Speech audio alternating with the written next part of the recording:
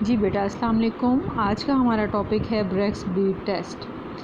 तो हमने पीछे ब्रेक्स की प्रिपरेशन और उसकी मैन्युफैक्चरिंग के बारे में पढ़ा है, और आज उसमें जो पॉइंट हमारे पास थोड़ा सा रह गया था उस टॉपिक का कुछ हिस्सा, वो है ब्रेक्स बीट टेस्ट।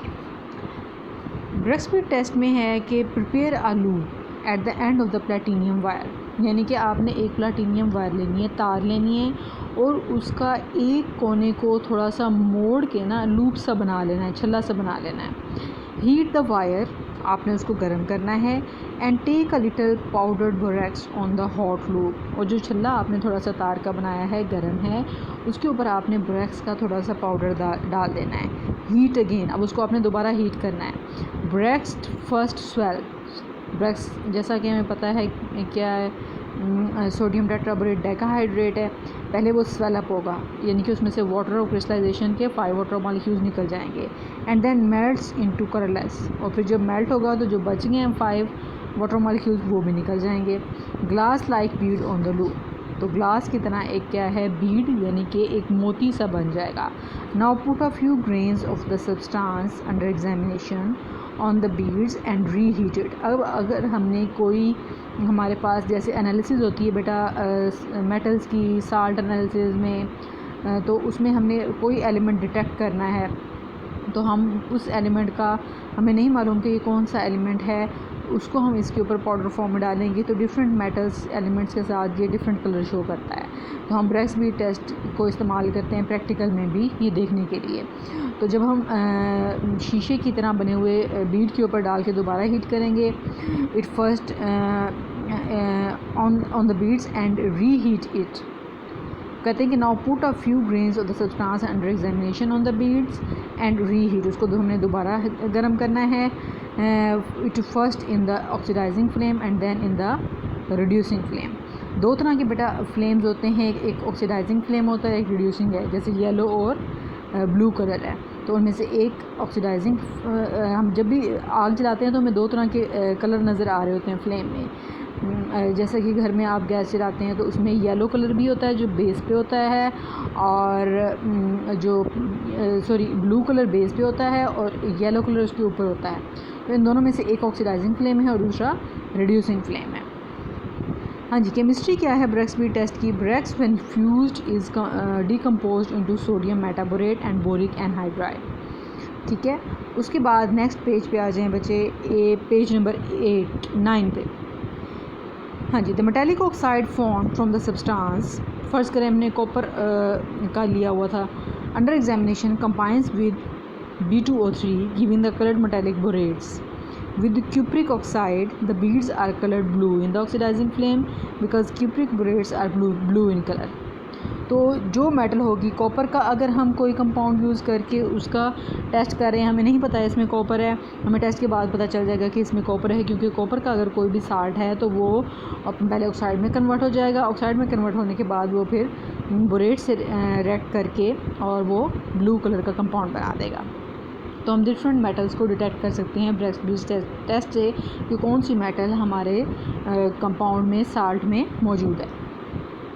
हाँ जी, यूजेस क्या हैं ब्रेक्स के? It is use to prepare borate glass which is heat resistant. हम इससे ऐसा ग्लास बना सकते हैं जो कि हीट रेजिस्टेंट है, और हीट रेजिस्टेंस ग्लास बेटा आपने देखे होंगे इस्तेमाल होते हैं, जैसा कि ये चाय वगैरह का थर्मस होता है, उसमें शीशा अंदर से लगा होता है, लेकिन हम उसमें अगर गर्म चाय डालते हैं तो वो टूटता नहीं है, और अक्सर ऐसे भी होते हैं जो टूट जाते हैं, तो उसमें वो हल्का शीशा लगाते हैं। और दूसरा जो है कप इस्तेमाल किए जाते हैं, इस तरह से हम लैब में जो बीकर वगैरह यूज़ करते हैं, और ये क्या होते हैं, हीट रेजिस्टेंट होते हैं, हीट करने से ये ख़राब नहीं होते हैं। It is used in softening of water, पानी को सॉफ्ट करने के लिए इस्तेमाल किया जाता है, क्योंकि पानी के अंदर जितने भी ऐसे साल्ट्स होंगे जो कि पानी को हार्ड कर रहे हैं, उसकी सॉफ्टनेस को कम कर रहे हैं, तो वो उसमें इसके साथ कंबाइन हो जाएंगे ब्रेक्स के साथ, और पानी साफ़ हो जाएगा हमारा। It is employed in the borax bead test for the detection of metallic cations. Salt है ना, साल्ट के अंदर अगर मेटल का कैटाइन है और एक एनाइन होगा, तो मेटल का कैटाइन हम इजीली उसमें से डिटेक्ट कर सकते हैं। जैसे सोडियम क्लोराइड है, उसमें से सोडियम डिटेक्ट हो जाएगा, कॉपर सल्फेट है तो कॉपर डिटेक्ट हो जाएगा। It is used in metallurgical operations, और मेटलर्जिकल ऑपरेशंस यानी कि मेटल्स के जो हम ऑपरेशंस वगैरह में इस्तेमाल किया जाता है इसको। It is used as a flux in welding and in metallurgy. Welding और मेटलर्जी में इस्तेमाल किया जाता है। इनके मेटल्स वगैरह को जब हम सेपरेट आउट करते हैं उनके इनके एक हमें अगर जैसे ओर्स होती है ना एलिमेंट्स की, वो प्योर फॉर्म में एग्जिस्ट नहीं करते। जैसे हमने पहले पढ़ा था कि सोडियम प्योर फॉर्म में एग्जिस्ट नहीं करती है और हम उसको क्या करते हैं, इससे अलग कर लेते हैं। इस तरह से और भी बहुत सी मेटल्स हैं, जैसे वेल्डिंग है। हम लोहे की अगर हमारे घर कोई चारपाई टूट जाती है तो हम उसको वेल्ड कराते हैं, तो इसको हम एज अ फ्लक्स यूज़ करते हैं इन वेल्डिंग, वो लगाया जाता है इसमें। It is employed in making washing powder बनाने के इस्तेमाल किया जाता है। It is used in leather industry for tanning and dyeing. Leather को जब हम बोरेक्स से ट्रीट करते हैं तो वो इस काबिल हो जाती है कि उसके ऊपर फिर हम कोई कलर अप्लाई कर सकें। उसको इतना सॉफ्ट कर देती है कि हम उसको मज़ीद किसी भी शेप में लेके आ सकते हैं लेदर को। It is used in cosmetics, makeup वगैरह की चीज़ों में, और सोप्स, साबुनों में, टेक्सटाइल्स कपड़े बनाने की इंडस्ट्री में, पेंट्स बनाने में, मेडिसिन बनाने में, मैच इंडस्ट्री यानी कि माचिस की इंडस्ट्री बनाने में इसको इस्तेमाल करते हैं। एंड एज प्रिजर्वेटिव बेटा वो चीज़ें होती हैं जो डाली जाती हैं, जैसा कि हमें बाज़ार से केचप मिलता है, हमें बाज़ार से जैम मिलता है, इस तरह की बनी बनाई जो हमें पैक चीज़ें मिलती हैं और वो काफ़ी अर्से तक ख़राब नहीं होती हैं, तो उसमें प्रिजर्वेटिव डाले जाते हैं जो उनको ख़राब नहीं होने देते हैं, तो वो एज अ प्रिजर्वेटिव भी इस्तेमाल होता है। हाँ जी, उसके बाद है boric acid. There are 4 important boric acids. 4 तरह के इम्पोर्टेंट बोरिक एसिड्स हैं। बोरोन से जो होंगे, बोरोन के ऑक्साइड्स से जो एसिड्स बनेंगे वो बोरिक एसिड कहलाएंगे। इसमें orthoboric acid is the most important and the stable one. The remaining acids are stable in solid state and change into orthoboric acid in solution. अब देखिए बेटा, ऑर्थोबोरिक एसिड का क्या फार्मूला है, H3BO3। पेपर में आपका शॉर्ट क्वेश्चन आ सकता है यूजेस ऑफ बोरेक्स के बारे में, ठीक है। और इसके अलावा बोरिक एसिड कौन से हैं 4 और उनके नाम बताएं, उसके बारे में भी क्वेश्चन आ सकता है। ऑर्थोबोरिक एसिड है H3BO3, मेटाबोरिक एसिड है HBO2, टेट्राबोरिक एसिड है H2B4 और 7 और पायरोबोरिक एसिड है H6B4O9। तो आपने इनके नेम्स और इनके फार्मूलाज अच्छे तरीके से तैयार करने हैं एज अ शॉर्ट क्वेश्चन। अब पेज नंबर 9 पे उन्होंने दिखाया हुआ है कि किस तरह से ये फॉर्म होते हैं। HBO2 मेटाबोरिक एसिड है, वो 1 वाटर मॉलिक्यूल उसमें ऐड होगा तो वो बोरिक एसिड में कन्वर्ट हो जाएगा। टेट्राबोरिक एसिड में 5 वाटर मॉलिक्यूल्स यानी कि वाटर के से जब वो रिएक्ट करते हैं, उनकी वाटर के साथ जब उनका रिएक्शन होता है तो वो बोरिक एसिड में तमाम के तमाम बोरिक एसिड में कन्वर्ट हो जाते हैं। तो लिहाजा बोरिक एसिड जो है वो इन सब में से ज़्यादा स्टेबल है और वो वीक एसिड है। हाँ जी, उसके बाद है ऑर्थोबोरिक एसिड और बोरिक एसिड, जिसको हम सिंपल बोरिक एसिड भी कहते हैं। इसकी क्या प्रॉपर्टीज़ हैं, फ़िज़िकल प्रॉपर्टीज़ हैं। वाइट है ये और क्रिस्टलाइन सब्सटेंस है और इसका जो क्रिस्टल का शेप है वो ट्राइक्लिनिक है। ये शेप है ज्योमेट्री के हिसाब से स्पेरिंगली सोल्यूबल यानी कि कम हल होता है कोल्ड वाटर में, but dissolve readily in hot water, गर्म पानी में ज़्यादा जल्दी से डिज़ोल्व हो जाता है। This temperature variation in solubility forms the basis for its separation and purification. हम इसकी आसानी से सेपरेशन और प्योरीफिकेशन कर सकते हैं टेम्परेचर डिफरेंस की बेस पे। हाँ जी, preparation of boric acid on commercial scale. हम कमर्शियल स्केल पे बोरिक एसिड को कैसे प्रिपेयर कर सकते हैं बेटा। हम फर्स्ट जो इसका प्रिपरेशन मेथड है वो है कोल्यूमेनाइड से हम इसको प्रिपेयर करेंगे। और कोल्यूमेनाइड क्या है, कैल्शियम हेक्साबोरेट पेंटाहाइड्रेट, और इसको जब हम रिएक्ट कराते हैं सल्फर डाइऑक्साइड से इन द प्रेजेंस ऑफ वाटर तो ये कन्वर्ट हो जाता है कैल्शियम सिलिकेट और बोरिक एसिड में। Boric acid crystallise out from the solution while the other product calcium sulphide remains in the solution. SO3 होता है सल्फाइड, SO4 होता है सल्फेट। अच्छा जी, इसको सेकंड इसका जो मेथड है हम प्रिपेयर कर सकते हैं किससे, बोरेक्स से।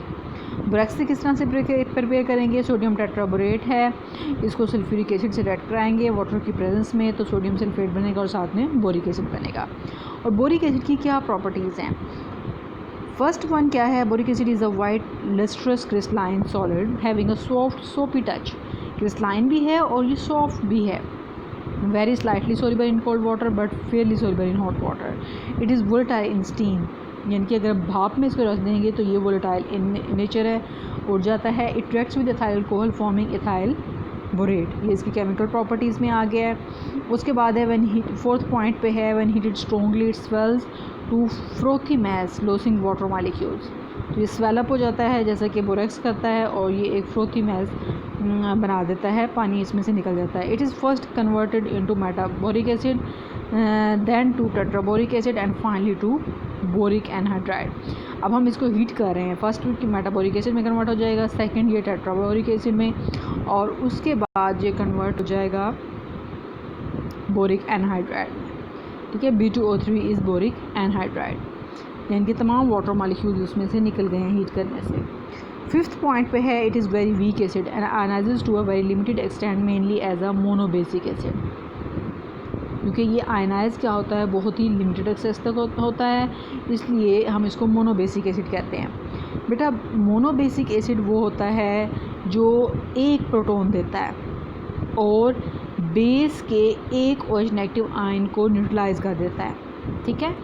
डाई बेसिक एसिड वो होगा जो 2 प्रोटॉन देगा और बेस के 2 OH नेगेटिव आयंस को न्यूट्रलाइज कर देगा। असल मकसद इसका क्या है, बेस के कितने आयंस को न्यूट्रलाइज कर रहा है, उस लिहाज से हम इसको मोनो और डाई और ट्राई इस तरह से बेसिक एसिड बोलते हैं। इसके अंदर बेटा 3 हैं हाइड्रोजन, हालांकि इसको तीनों देने चाहिए लेकिन ये ऐसा नहीं करता है। तो इसका जो है रीज़न ये है कि वाटर में जब ये डिज़ोल्व होता है तो जो इसमें बोरोन है ना बेटा, सेंट्रल एटम, अक्सर पेपर में ये शॉर्ट क्वेश्चन भी आ जाता है कि why boric acid is a weak acid. इसमें जो सेंट्रल एटम बोरोन है वो ऑक्सीजन के साथ 3 बॉन्ड बना रहा है, उसके वैलेंस शेल में 3 इलेक्ट्रॉन है क्योंकि वो तीसरे शेल का है, और उसके वैलेंस शेल में मैक्सिमम 8 इलेक्ट्रॉन आ सकते हैं, लेकिन उसके पास 3 है तो वो 3 ही शेयर करेगा ना, कोवलेंट बॉन्ड बनाएगा। तो जो बोरॉन है वो 3 बॉन्ड बना रहा है और उसके 2 ऑर्बिटल खाली पड़े हैं अभी, लिहाजा वो OH नेगेटिव आयन लेने की सलाहियत रखता है। OH नेगेटिव आयन जाएगा, ऑक्सीजन के ऊपर लॉन पेयर है, उसके साथ कोऑर्डिनेट कोवलेंट बॉन्ड बना लेगा, ठीक है। और हमारे पास इसका हाइड्रोक्साइड आयन के साथ उसका बन जाएगा।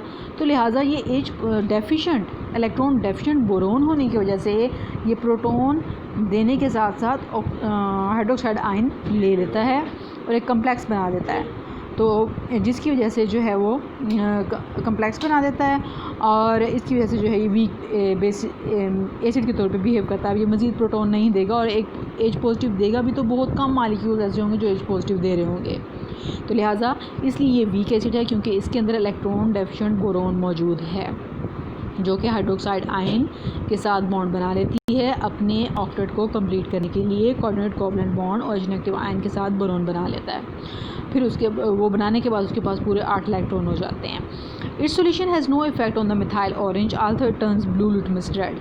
मिथाइल ऑरेंज के ऊपर इसको कोई असर नहीं होता, लेकिन ये ब्लू लिटमस को रेड कर देता है। ब्लू लिटमस को रेड करने का मतलब है थोड़ी बहुत एसिडिक प्रॉपर्टी इसमें है, लेकिन मिथाइल ऑरेंज के साथ ये रिएक्शन शो नहीं करता है। इट इज़ मिथाइल ऑरेंज एक इंडिकेटर है ना जो बताता है कि ये एसिड है, ये बेस है। It is partially neutralised by caustic soda to give borax.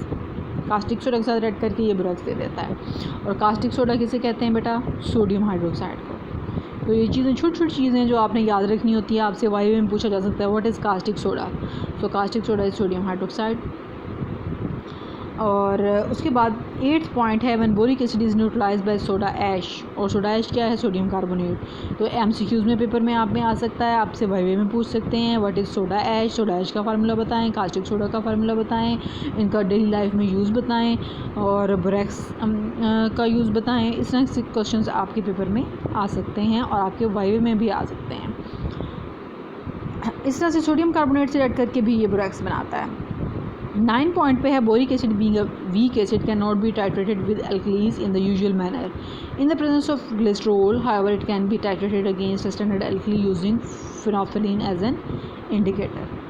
ठीक है, सिर्फ ये ग्लिसरॉल की मौजूदगी में एज एन एसिड टाइट्रेशन में यूज़ किया जा सकता है, अदरवाइज नहीं। यूजेस क्या हैं बेटा बोरिक एसिड के? Boric acid is used in the medicine as a antiseptic. Dusting powder, boric ointment and boric solution is used as an eye wash. तो आँखों के इलाज के लिए इसको इस्तेमाल किया जाता है। It is used in pottery pottery में इस्तेमाल होता है, बर्तन साजी में, एज अ ग्लास, उसके ऊपर चमकीली तह देने के लिए, because boride glazes are more fusible than silicate glazes, ठीक है।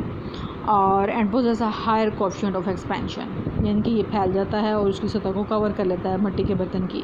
तो आपने बहुत से बर्तन ऐसे भी देखे होंगे जिनके ऊपर एक ग्लेज लगी होती है। सारे मट्टी के बर्तन, घड़ा जो है वो वैसा नहीं जैसा कि एक चिकनी जो है वो हंडिया होती है जो कि मट्टी की बनी हुई होती है, तो उसके ऊपर ग्लेजिंग के लिए इस्तेमाल किया जाता है। It is also used in candle industry for stiffening of wicks. मोमबत्तियाँ जहाँ बनती हैं वहाँ भी इसको डाला जाता है मोमबत्तियों में, ताकि मोमबत्तियों को जो है ये स्टिफ़न कर दे, सख्त कर दे। मोमबत्ती मोम जो है वो जल्दी पिघल ना जाए, कैंडल जलने से ना जल्दी पिघले ना। तो बेटा ये थे हमारे पास यूजेस ऑफ बोरिक एसिड। आज हमने कंप्लीट बोरिक एसिड का टॉपिक किया है। ओके जी, अल्लाह हाफिज़।